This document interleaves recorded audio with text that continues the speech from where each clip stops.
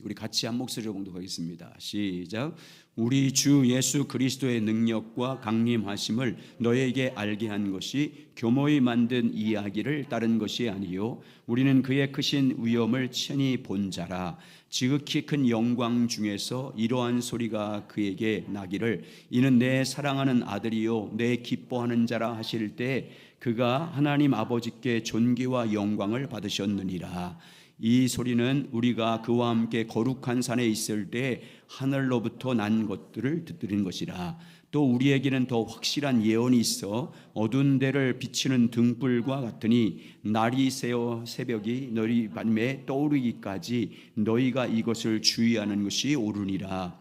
먼저 알 것은 성경의 모든 예언은 사사로이 풀 것이 아니니 예언은 언제든지 사람의 뜻으로 난 것이 아니요 오직 성령의 감동하심을 받은 사람들이 하나님께 받아 말한 것임이라. 아멘. 우리 제목 한번 같이 읽겠습니다. 따라하시죠. 너희가 이것을 주의하는 것이 옳으니라. 같이 읽겠습니다. 시작. 너희가 이것을 주의하는 것이 옳으니라. 아멘. 계속해서 이번 달 이제 마지막 시간입니다. 성경과의 관계된 것들에 대해서 같이 나누고 있습니다. 오늘은 성경과 우리의 개인적인 체험에 대해서 같이 나누겠습니다. 하나님에 관한 지식을 습득하기 위한 4가지 근원 말씀드렸습니다. 한번 보내주시죠. 계속해서 보여주고 있는데 4가지는 성경, 그리고 전통, 신학입니다. 교리입니다. 그리고 이성, 합리적인 사고, 그리고 넷째는 체험입니다. 우리는 첫 번째로 성경을 통해서 하나님이 어떤 분인지 하나님에 관한 지식을 습득할 수 있습니다. 두 번째로 전통, 신학과 교리를 통해서 하나님에 대한 지식을 습득할 수 있습니다. 세 번째는 우리의 합리적인 사고, 이성을 사용해서 하나님을 알 수 있습니다. 깨달아 알 수 있습니다. 네 번째는 개인적인 경험, 하나님에 대한 체험을 통해서 하나님이 어떤 분인지를 알 수 있습니다. 그럼 우리가 하나님의 말씀에 의한 삶을 살려면 성경에 최고의 권위를 두어야 됩니다. 하나님을 올바로 알고 그리고 참 진리를 알려면 성경에 최고의 권위를 두고 성경 아래 전통을 두고 이성을 두고 체험을 두어야 말씀과 진리를 따른 삶을 살 수 있습니다. 그러니까 전통이든 교리든 신학이든 또 합리적인 내 생각과 이성이든 개인적인 체험이든 반드시 성경으로 검증을 받아야 됩니다. 그래서 성경이 증거한 것과 맞으면 일치하면 받아들이고 순종해야 되고 맞지 않으면 과감하게 버려야 됩니다. 그래야 우리가 진리를 온전히 따를 수 있고 말씀에 의한 삶을 살 수 있고 신앙이 빗나가지 않습니다. 자, 오늘은 세 번째 시간으로 하나님의 지식을 습득하는 근원인 개인적인 경험, 체험에 대해서 함께 나누겠습니다. 체험을 통해서 하나님을 알 수가 있습니다. 체험을 통해서 더 확실하게 하나님을 알 수 있는 것입니다.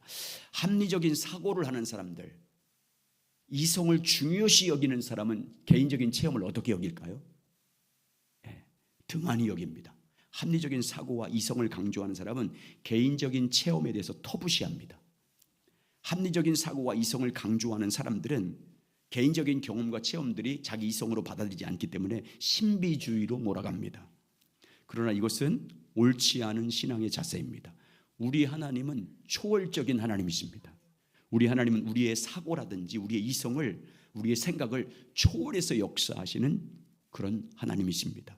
그래서 우리가 하나님을 믿는 신앙에는 신비적인 요소가 많이 있습니다. 우리의 합리적인 사고를 초월해서 역사하는 하나님의 신비들이 정말 많이 있습니다. 여러분 성경을 보십시오. 성경 안에 개인적인 신비적인 체험을 한 사건들이 얼마나 많은지 모릅니다. 2가지 예를 들어보겠습니다. 자, 베드로가 체험한 것. 자, 사도행전 10장 9절부터 15절입니다. 베드로가 어떤 신비로운 체험을 했는지 한번 보겠습니다. 시작. 이튿날 그들이 길을 가다가 그 성에 가까이 갔을 때 베드로가 기도하려고 지붕에 올라가니 그 시각은 제6시더라. 그가 시장하여 먹고자 하매 사람들이 준비할 때 황홀한 중에 하늘이 열리며 한 그릇이 내려오는 것을 보니 큰 보자기 같고 내 귀를 메어 땅에 들이웠더라. 그 안에는 땅에 있는 각종 네 발 가진 짐승과 기는 것과 공중에 나는 것들이 있더라. 또 소리가 있으되 베드로야 일어나 잡아 먹으라 하거늘 베드로가 이르되 주여 그럴 수 없나이다. 속되고 깨끗하지 아니한 것을 내가 결코 먹지 아니하였나이다 한데 또 두 번째 소리가 있으되 하나님께서 깨끗하게 하신 것을 내가 속되다 하지 말라 하더라. 이건 아주 신비로운, 개인적으로 신비로운 체험을 한 것입니다. 누구나 다 한 게 아니라 베드로가 개인적으로 신비로운 체험을 한 것입니다. 자, 사도 요한이 본 건 더 황홀합니다. 자, 요한계시록 1장 10절부터 16절까지 이건 사도 요한이 반모섬에서 개인적으로 경험한 하나님의 말씀을 받은 것이지 않습니까? 자, 읽겠습니다. 시작. 주의 날에 내가 성령에 감동되어 내 뒤에서 나오는 나팔 소리 같은 큰 음성을 들으니 이르되 내가 보는 것을 두루마리에 서서 에베소, 소모나, 버가모, 두아드리아, 사다, 빌라델비아, 라오디게아 등 7 교회에 보내라 하기로 몸을 돌이켜 내가 말한 음성을 알아보려고 돌이킬 때 7 금촛대가 있었는데 촛대사의 인자 같은 이가 발에 끌리는 옷을 입고 가슴에 금띠를 띠고 그 머리와 털의 희기가 흰 양털 같고 눈 같으며 그의 눈은 불꽃 같고 그의 발은 불뭇불에 단련된 빛난 주석 같고 그의 음성은 맑은 물소리 같으며 그의 오른손에는 7 별이 있고 그 입에서 좌우에 날쌘 검이 나오고 그의 얼굴은 해가 힘있게 비치는 것 같더라. 아멘. 여러분, 이런 신비로운 체험이 왜 성경 안에 들어왔을까요? 구약 성경에 있는 말씀과 맞았기 때문이에요. 체험이 성경에 맞았기 때문에 성경 안에 들어온 거예요. 성경 안에는 개인적인 신비로운 체험들이 가득합니다. 개인적인 경험들, 그런 것들이 체험으로 가득 차요. 그러니까 개인적인 하나님에 대해서 하나님을 경험한 개인적인 경험이나 체험 그 자체는 신비주의가 아니에요. 하나님의 영적 세계는 이보다 더 비교할 수 없는 신비로움이 많아요. 그 자체를 경험하는 것은요, 신비주의가 아니에요. 신비주의라는 말이 뭐예요? 성경에 검증되지 않고 자기가 개인적으로 체험하는 걸 더 중요시 여기는 게 신비주의예요. 성경보다 개인적인 경험, 체험을 성경을 줘서 검증하지 않고 그걸 더 중요히 여겨요. 성경보다 더 중요해. 자기가 체험하는 걸 더 중요시 여겨요. 그래서 체험 중심으로 신앙생활을 해요. 그게 신비주의자예요. 여러분, 신앙생활에서 하나님을 개인적으로 경험하는 것은요, 정말 중요해요. 개인적으로 경험하는 것. 이 개인적으로 주님을 경험한 사람과 만나지 않은 사람과 신앙은 천양지차예요. 하나님에 대한 믿음은 완전히 달라져요. 여러분, 신앙생활에서 왜 개인적인 경험이 중요합니까? 올바른 신앙생활을 하기 위해서, 올바른 신앙생활에서 성경이 증거한 그 하나님을 개인적으로 체험하는 게 왜 중요해요? 삶이 근본적으로 바뀌어요. 성경에서 말하는 하나님을 알기 위해서는, 온전히 알기 위해서는 개인적인 경험이 반드시 있어야 돼요. 성경이 말하는 인격체인 그분을 만나기 위해서는요, 개인적인 경험이 반드시 있어야 돼요. 그래서 제가 이제 성경 공부 시간에 가지고 강조하는 게, 하나님에 관한 지식을 아는 것과 하나님을 아는 것은요, 완전히 달라요. 도표 보여주세요. 자, 잘 보이는 모르겠다. 하나님에 관한 지식과 하나님을 아는 지식은요, 완전히 달라요. 하나님에 관한 지식은요, 이론적으로 아는 거예요. 신학적으로 아는 거예요. 교리적으로 아는 거예요. 근데 하나님을 아는 것은요, 띄워주세요. 계속 띄워줘야 돼. 인격체이신 하나님을 개인적으로 아는 거예요. 개인적으로 하나님을 아는 것. 그리고 하나님에 관한 지식은요, 자선, 하나님에 관한 자선이 성경이잖아요. 이 성경을 통해서 지식적으로 아는 거예요. 근데 하나님을 아는 것은 이 성경의 저자를 내가 개인적으로 찾아가서 교제해서, 그분을 만나서 교제해서 아는 거예요.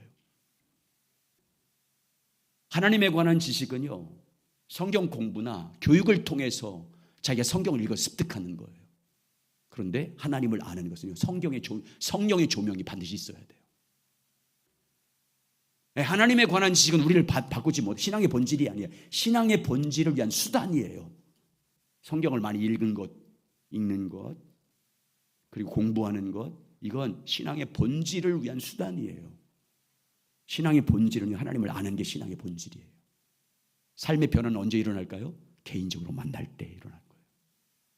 하나님에 관한 지식은요, 교만하게만 만들어요. 자기가 많이 영적으로 수준 높은 줄 알아. 지식을 좀 많이 알고 있으면. 하나님을 아는 것과 완전히 다른 거예요. 성경이 증거하는 하나님을 개인적으로 알려면 어떻게 할까요? 지식적으로는 성경 공부를 통해서 여러 가지 지혜를 통해서 읽어서 알 수 있어요. 여러분 성경이 중요한 그 인격체인 하나님 내가 인격적으로 만나려면요, 개인적인 친밀한 교제를 통해서 그분을 경험해야 되는 거예요. 경험해야 돼요. 경험하지 않은 사람은 안 변해요. 그리고 착각하면 안 돼요. 신학적 지식이나 교리, 성경적 지식을 많이 알고 있다고 내 믿음이 좋은 것처럼 생각하면 안 돼요. 반드시 그 하나님, 내가 알고 있는 그 하나님을 만나야 돼요. 아멘. 만나야 돼요. 개인적으로 만나야 돼요. 그래 소명이 회복돼요. 사명이 회복돼요. 사역이 달라요. 일하는 게 달라요. 교회에서 섬기는 게 달라요. 성령의 조명을 통해서 하나님을 경험해야 하나님에 대한 참 지식을 갖게 돼요. 그래서 그 진리를 알지니 진리가 너를 자유케 한다는 말씀이 임하는 거예요. 신앙을 올바로 서는데 우리 개인적인 경험은요, 너무너무 중요한 거예요. 여러분 따라서 신앙은 실제입니다. 신앙생활은요 실제예요. 이론이 아니에요. 지식이 아니에요. 관념이 아니에요. 우리는 관념적으로 신학적인 교리로 믿는 게 아니에요. 하나님의 하는 지식이 본질이 아니에요. 그 지식이 증거하는 그분을 만나요. 실제로 만나야 되는 거예요. 신앙은 실제예요. 죽은 자 가운데 살아나신 예수 그리스도를 실제로 내가 만나는 거예요. 우리 신앙은요, 성경이 증거하는 인격체이신 그 하나님을 내가 실제로 만나는 거예요. 만난 사람만이 그 신앙 안으로 인도할 수 있어요. 영적인 세계는 내가 경험하지 못한 그 길로 인도하지 못해요. 말은 할 수 있지만 그 진리 안으로, 그 참 진리 안으로 인도하지 못해요. 경험하지 못하면. 그래서 신앙의 본질은 하나님에 관한 지식, 이제 괜찮아요. 하나님에 관한 지식을, 하나님에 관한 지식, 그 지식이 증거하는 그 하나님과 친밀하게 이제 교제하는 게 신앙의 본질이에요. 그분을 만나기 위해서, 그분을 내가 이제 성경이 증거한 그 인격체이신 그분을 내가 인격적으로 만나기 위해서 친밀하게 교제하는 것을 실제로, 그래서 그분을 알아가는 거예요. 그분을 알아가고 그분의 뜻이 무엇인지 알고 그 뜻에 내가 믿음으로 동참하는 거예요. 그분의 길이 무엇인지, 그분의 계획이 무엇인지를 알고 성령을 통해서 깨닫고 그 일에 믿음으로 순종하는 거예요.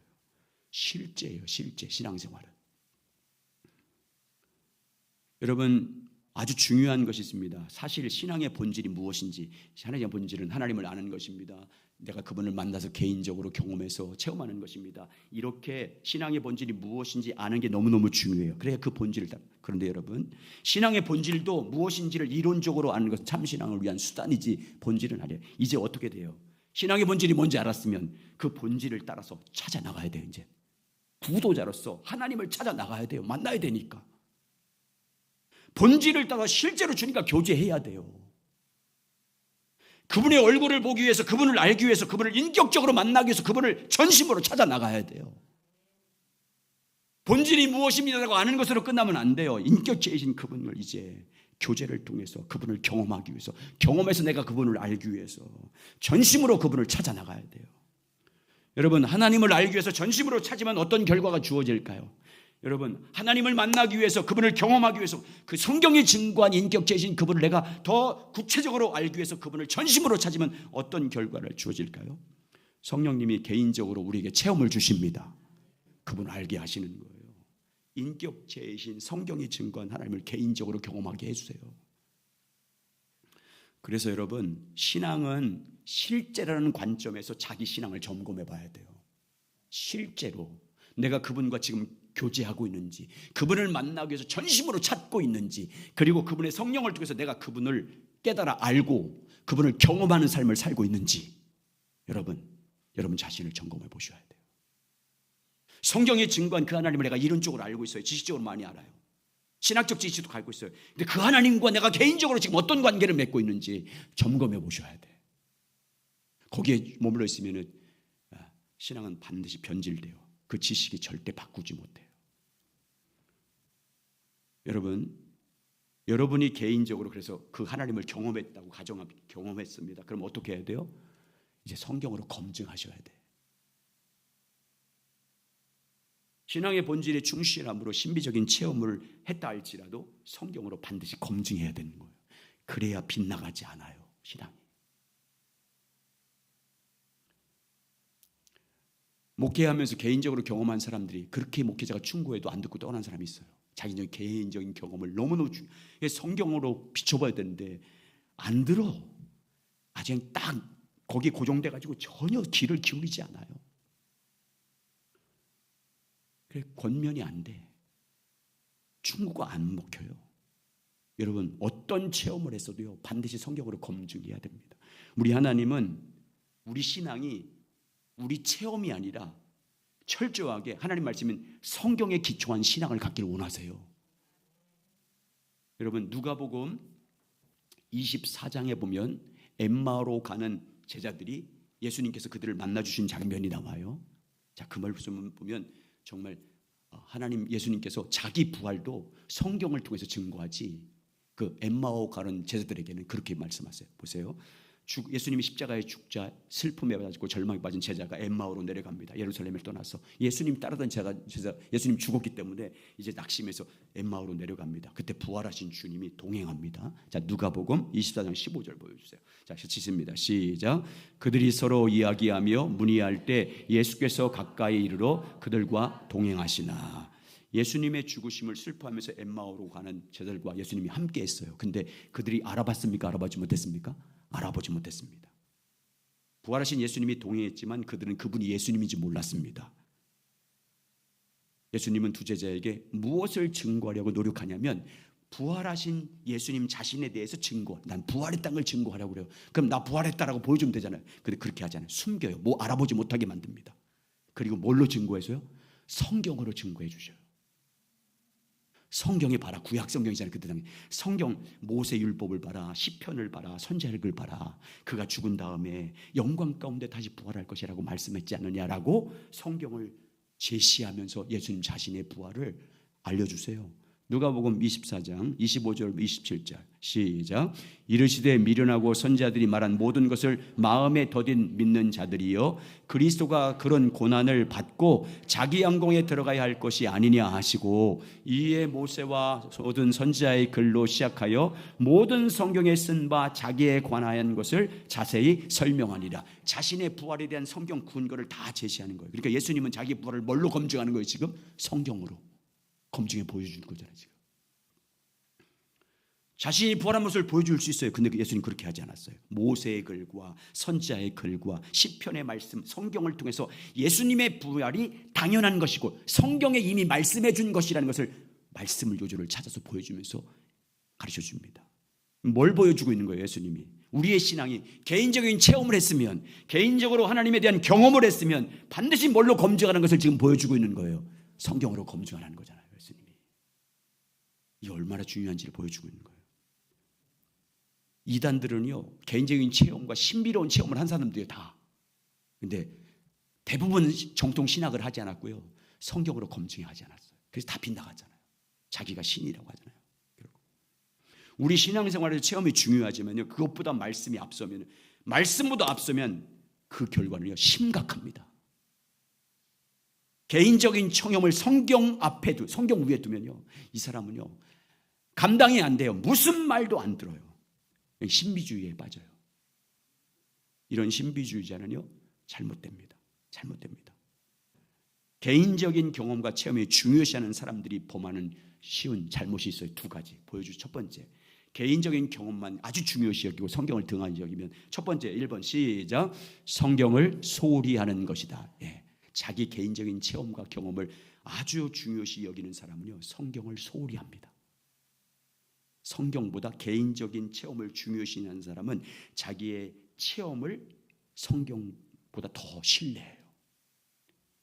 우리도 그럴 수 있어요. 성경 위에 자기의 체험을 둬요. 그런 사람은 또 확신도 있어요. 아주 확신이 있어요. 성경을 자기 체험을 합리화시키기 위해서 이용만 해요. 절대 성경으로 자기 개인적 체험을 분별하거나 검증하려고 하지 않습니다. 두 번째, 여러분, 개인적인 체험을 중요시 여긴 사람은요 목회자의 지도를 안 받으려고 해요. 너는 목사지만 속으로 그래. 나 같은 경험을 해봤어. 이렇게 조언을 안 받을, 충고를 듣지 않아요. 개인적인 체험을 중요시 여기는 사람은요 자기들은 음성을 더 신뢰하기 때문에 영적 지도자의 조언을 전혀 받아들이지 않습니다. 그래서 자기 체험을 중요시함으로 성경을 소홀히 하고 영적 지도자를 신뢰하지 않습니다. 그럼 교만해요. 교만에 반드시 빠져요. 필연적으로 반드시 미혹됩니다. 하나님의 진리에서 떠나게 돼 있어요. 그러므로 여러분, 성경으로 우리의 모든 경험들을 검증해야 됩니다. 자, 오늘 본문이 사도 베드로가 그걸 우리에게 보여준 거예요. 변화산에서 자기가 경험한 신비로운 체험을 두고 그 경험을 예를 들어서 말씀하시면서 무엇이 중요한지를 말씀하는 것이 오늘 본문이에요. 자, 16절부터 21절 다시 보겠습니다. 자, 오늘 잘 보세요. 읽어보겠습니다. 자, 시작. 우리 주 예수 그리스도의 능력과 강림하심을 너에게 알게 한 것이 교모에 만든 이야기를 다른 것이 아니요 우리는 그의 크신 위엄을 친히 본 자라. 지극히 큰 영광 중에서 이러한 소리가 그에게 나르기를 이는 내 사랑하는 아들이요 내가 기뻐하는 자라 하실 때에 그가 하나님 아버지께 존귀와 영광을 받으셨느리라. 이 소리는 우리가 그와 함께 거룩한 산에 이를 때 하늘로부터 난 것을 들은 것이라. 또 그들에게는 더 확실한 예언이 있어 어두운 데를 비추는 등불과 같으니 날이 새어 샛별이 너희 마음에 떠오르기까지 너희가 이것을 주의하는 것이 옳으니라. 먼저 알 것은 성경의 모든 예언은 사설이 풀 것이 아니니 예언은 언제든지 사람의 뜻으로 낸 것이 아니요 성령의 감동을 받은 하나님께 받아 말한 것이니라. 자, 지금 베드로가 마태복음 17장 내용을 지금 말하는 거잖아요. 베드로가 변화산에 올라갔을 때 신비로운 체험을 해요. 예수님이 아주 영화로운 하나님의 아들의 영광스러운 모습으로 변화된 것을 보게 됩니다. 그리고 엘리야와 모세와 만나서 대화하는 영광스러운 모습을 봅니다. 그때 하늘에서 음성이 들리잖아요. 이는 내 사랑하는 아들이요 내 기뻐하는 자라는 하나님의 음성을 듣습니다. 혼자 듣는 게 아니고 누가 들었어요? 베드로와 야고보와 요한 세 사람이 같이 올라가서 들었습니다. 베드로는 아주 놀라운 신비로운 체험을 한 거예요. 하나님 신비로운 음성을 들어서 이는 내 사랑하는 아들이요 내 기뻐하는 자. 예수님에 대한 말씀을 들었습니다. 자, 그런데 베드로가 오늘 말씀에서 그 얘기를 하면서 변화산에서 체험했던 것보다 더 확실한 예언이 나에게 있다. 변화산에서 내가 개인적으로 들었던 그 음성은 보다 더 확실하고 더 뚜렷한 주님의 음성을 내가 가지고 있다. 내가 경험했던 것, 내가 변해서 들었던 그 음성보다 더 권위 있는 하나님의 예언의 말씀이 있다. 이건 어두운 데 등불을 비치는 등불과 같고 날이 셀 때 떠오르는 샛별과 같다. 너희는 이것에 주목해야 된다. 19절. 자, 19절 다시 보세요. 오늘 제목이에요. 시작. 또 우리에게는 더 확실한 예언이 있어 어두운 데를 비추는 등불과 같으니 날이 새어 샛별이 너희 마음에 떠오르기까지 너희가 이것을 주의하는 것이 옳으니라. 아멘. 그대로 둬보세요, 여러분. 앞에 바로 옆에 주님의 음성, 변화에서 들었던 음성보다 더 확실한 예언의 음성이 있다는 거예요. 더 확실한 것이 있다는 거예요. 너희는 이것에 주목해야 된대. 이것을 주의하는 것이 너희가 옳다고 말해요. 그게 뭐예요? 20절 21절. 바로 20절 21절 시작. 먼저 할 것은 성경의 모든 예언은 사사로이 풀 것이 아니니 언제든지 사람의 뜻으로 낸 것이 아니요 오직 성령의 감동하심을 받은 사람들이 하나님께 받아 말한 것이니라. 아멘. 베드로가 뭘 얘기하고 있는 거예요? 내가 변화에서 듣는 음성보다 더 확실한 하나님의 음성은 뭐라는 거예요? 성경이다, 그 말이잖아요. 하나님의 말씀이 성경은요 우리 개인적으로 체험한 어떤 경험보다 더 확실한 예언입니다.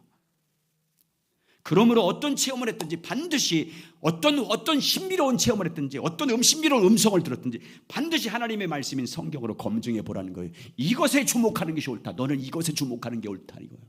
여기에 주의하는 것이 옳다는 것을 계속하는 거예요. 성경을 통해서 내가 경험한 체험이 하나님의 성령으로부터 온 것인지 아닌지를 반드시 검증받아야 된다. 그리고 영적 지도자에게 조언을 받아야 된다. 여러분 반드시 목회자에게 어떤 신비로운 체험을 해도 조언을 받아야 돼요. 뭔지 아세요? 자, 이런 거예요. 자, 예를 들어 볼게요.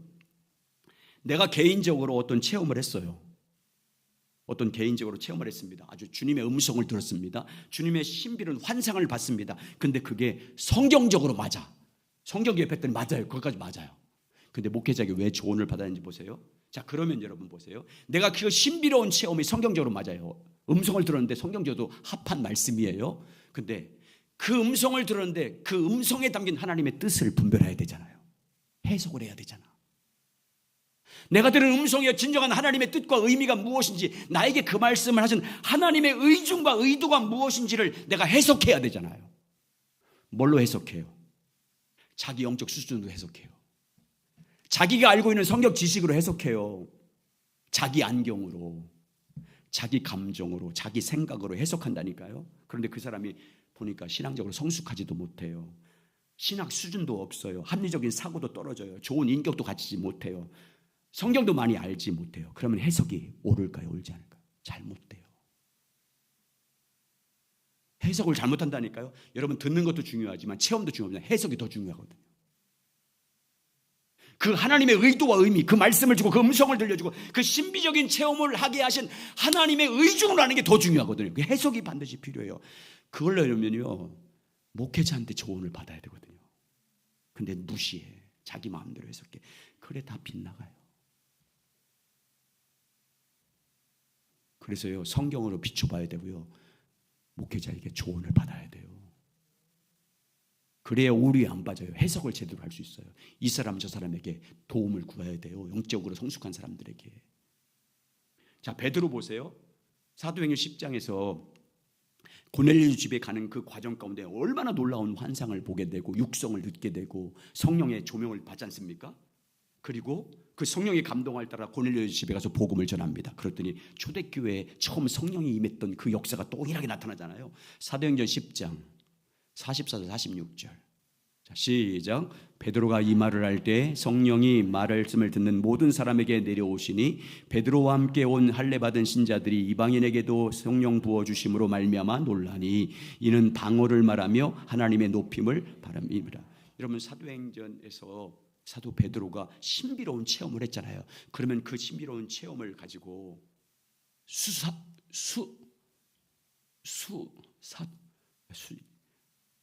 수석장도 이런 말 쓰면 안 돼. 최고 제일 인정받는 제자였잖아요. 그 누구에게 조언 받을 필요가 뭐가 있어요? 자기가 최고의 제자인데, 예수님의 최고의 제자인데. 근데 보세요, 사도행전 15장에서 그때 당시에 예루살렘 교회 감독이었던 야고보사, 예수님의 친동생이에요. 야고보와 영적 지도자들에게 자기가 경험한 것을 조언받아요. 그리고 결정해요. 그게 옳은지 아닌지를. 자, 보세요. 사도행전 11장 12절부터 18절. 제가 잘못했어요. 사도행전 11장인데. 요번 그 바꿔주세요. 제가 읽을게요. 성령이 내게 명하사. 여러분 한번 찾아보실래요? 성경을 찾아보세요. 사도행전 11장 12절부터 18절. 띄었습니다. 시작. 성령이 내게 명하사 아무 의심 말고 함께 가라 하시며 이 6 형제도 나와 함께 가서 그 사람의 집에 들어가니 그가 우리에게 말하기를 천사가 내 집에 서서 말하되 내가 사람을 요빠에 보내어 베드로라는 시몬을 청하라. 그가 너와 내 온 집이 구원을 받을 말씀을 내게 이르리라 함을 보았다 하거늘 내가 말을 시작할 때 성령이 그들에게 임하시기를 처음 우리에게 하신 것과 같이 하신지라. 내가 주의 말씀에 요한은 물로 세례를 베풀었으나 너희는 성령으로 세례를 받으려 하신 것이 생각났노라. 그런즉 하나님이 우리 주 예수 그리스도를 믿을 때에 주와 하신 것과 같은 선물을 그들에게 주셨으니 내가 누구이기에 하나님을 능히 맡겠느냐 하더라.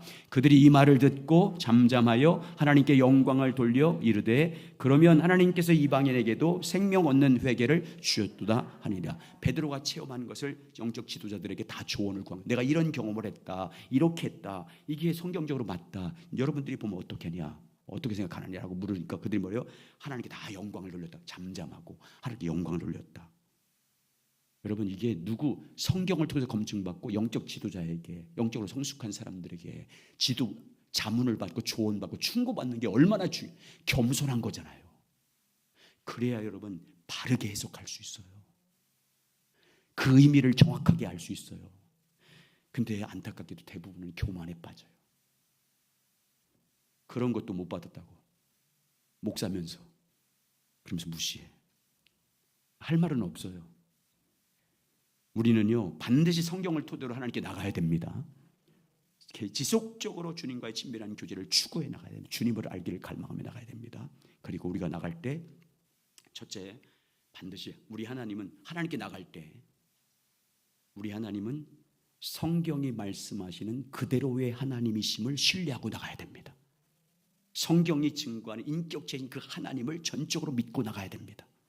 성경 안에서 역사한데도 오늘도 우리 가운데 역사한다는 믿음을 가지고 나가야 됩니다. 그리고 우리 신앙은 단순히 교리나 지식이 아니라 실제임을 믿어야 됩니다. 성경이 말하는 하나님을 내가 실제적으로 경험하는 삶을 추구해 가야 됩니다. 세 번째, 애통하는 마음으로 성경이 증거한 하나님을 만나기 위해서 애통하는 마음으로 심령이 가난한 자가 돼서 의에 줄이고 목마른 자가 돼서 성경이 증거한 그 하나님을 실제로 내가 경험하기 위해서 그분을 얼굴을 구하며 나가야 됩니다. 성경이 말하는 그 하나님을 경험하지 못한 나의 모습을 애통해하면서 주님 성경이 증거한 그 하나님을 인격적으로 만나지 못한 나의 모습을 애통해하면서 주님 앞에 전심을 가지고 말씀 묵상을 통해서 기도를 통해서 찬양을 통해서 주님을 전심으로 찾아 나가시길 주의 이름으로 축원합니다. 찾아 나가야 돼요. 주님의 얼굴을 구해 나가야 돼요. 여러분, 주님은요 진주를 개에게 던지지 않아요. 아무에게 주지 않습니다. 밭에 감추한 보화를 아무에게나 발견하도록 열어주지 않아요. 전심으로 정말 내가 주님을 알기를 갈망하고 주님의 뜻이 무엇인지를 알기를 갈망해서 그 뜻 가운데 거하기를 원하고 주의 길이 무엇인지 알고 그 길을 가기를 소망하면서 주님을 찾는 사람에게 보여주는 거예요. 여러분, 주님의 마음을 누구에게 열어주겠어요? 주님의 계획을 누구에게 계시해 주겠어요? 그 뜻에 따르지도 않을 사람에게 보여주겠어요? 딱 보니까 구하긴 구하는데 따르지 않을 사람이야. 안 보여줘요. 주님 중심을 보시기 때문에. 전심으로 정말 주님을 알고 그분의 형상이를 본받기를 사모하고 주님의 뜻이 무엇인지 알고 그 음성을 따라가기를 원하는 마음으로 전심으로 주님을 찾아야 됩니다. 그래야 그들에게 주님이 보여주시는 거예요. 다양한 방법으로 성령님이 어떤 때는 말씀을 깨닫게 하시고 하나님의 비밀을 열어주시고 성령을 통해서 말씀하신 음성 듣게 하시고 하나님의 나라의 영광을 경험하게 하시고 주의 길이 무엇인지 깨닫게 하시고 주의 비전을 부어주시기도 하고 주님을 인격적으로 만나게 하시고 십자가 그 사랑이 나를 향한 사랑인 것을 실제적으로 경험하게 해서 그 사랑 앞에 눈물로 감사하며 그 사랑 앞에 응답하는 헌신을 하게 만들어 주십니다. 그랬으면요 어떻게 해야 돼요? 그 다음에는 내가 어떤 그런 음성을 들었어도 반드시 뭐 해야 돼요? 성경으로 검증해야 됩니다. 그래야 우리의 신앙이 온전한 신앙으로 바로 설 수 있습니다. 날마다 주님의 영광에서 영광으로 믿음으로 믿음에 이르는, 그래서 신앙은요 자라가는 거예요. 아멘. 계속 자라가는 거예요. 계속 자라가야 됩니다. 여러분, 날마다 성경에 증거한 하나님을 경험하기를 소망하면서 주님과 친밀히 교제하시기 바랍니다. 성경이 증거한 그 하나님, 성경에 머무는 하나님이라 내가 그 하나님을 제가 정말 만나기를 원합니다. 말씀 묵상을 통해서, 기도를 통해서, 찬양과 경배, 예배를 통해서 주님을 찾아 나가는 거예요.